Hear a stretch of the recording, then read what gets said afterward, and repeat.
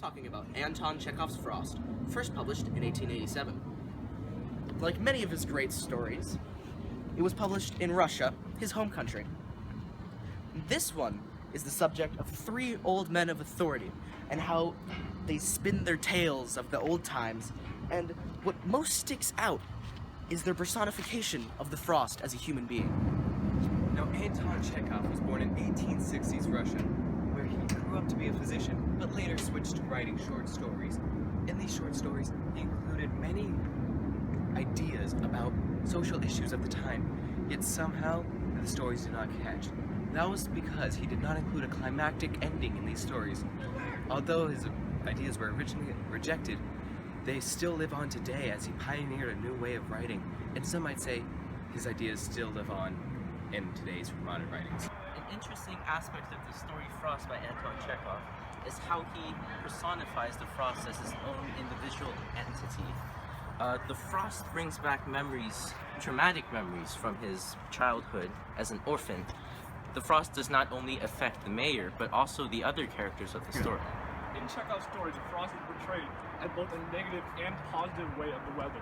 For example, the Frost has ruined the mayor's childhood, and so he spends his time in the story chastising and abusing the Frost, as Chekhov writes. However, the governor, in the Frost's defense, also says that the Frost also has its charm, therefore a positive perspective on it. He said it drove out the French when nobody else could in one of the Russian wars. Either way, the Russian people have a very intimate relationship with the Frost, but it's either a negative or a positive perspective. Now, the character's response to this Frost is actually representative of the human condition. After being subject to the Frost torment over and over again, these characters eventually become desensitized, essentially, to the Frost. A good example of people getting used to repeated events, for example, is waking up early in the morning. For instance, many students have to get up early in the morning to go to school.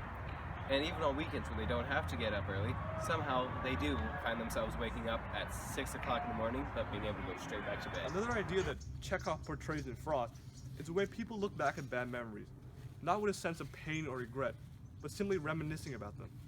This is evident in the way the mayor, the governor, and the bishop look back on the Frost and how it impacted their childhood. It's not with a sense of pain, it's a sense of, I survived this ordeal, and that's how I became these great and powerful men in Russia. Chekhov's trying to show that when the brain looks back at bad memories, it takes out the pain and forgets about it, and just leaves memory.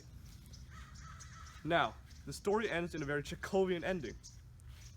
The bishop, the governor, and the mayor all leave the building to go to the festival, and leaves the story as the way it is, as life should. All of the old men in this story are trying to use their experiences to educate a younger generation, pass the torch to the next, as one might say. And though they try in earnest, they do not get listened to.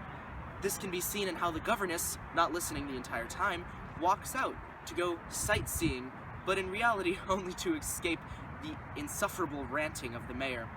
And Chekhov writes it in such a style that while he is trying to help, you can't blame them, because all he does is rant and rant and rant.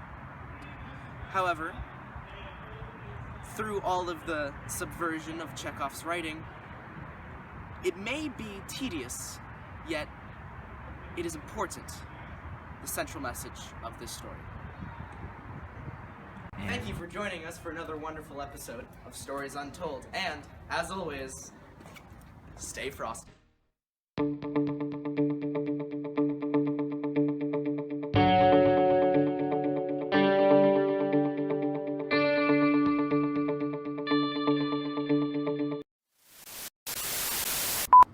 Welcome back to Evan Makes Inappropriate Jokes. Delete that. It's getting hot in here. You just started filming.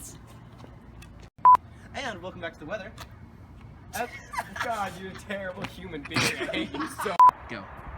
In Chekhov's story, the Frost is portrayed as both a positive and negative way of the weather. Stop it. Go. It's hard. Wait, no, I was just walking backwards. Go.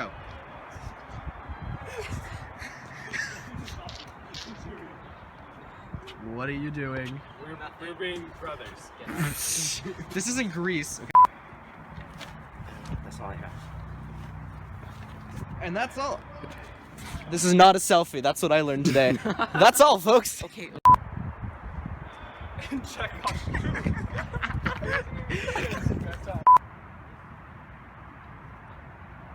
Next week on RBC, I remember what I'm actually supposed to say and not forget.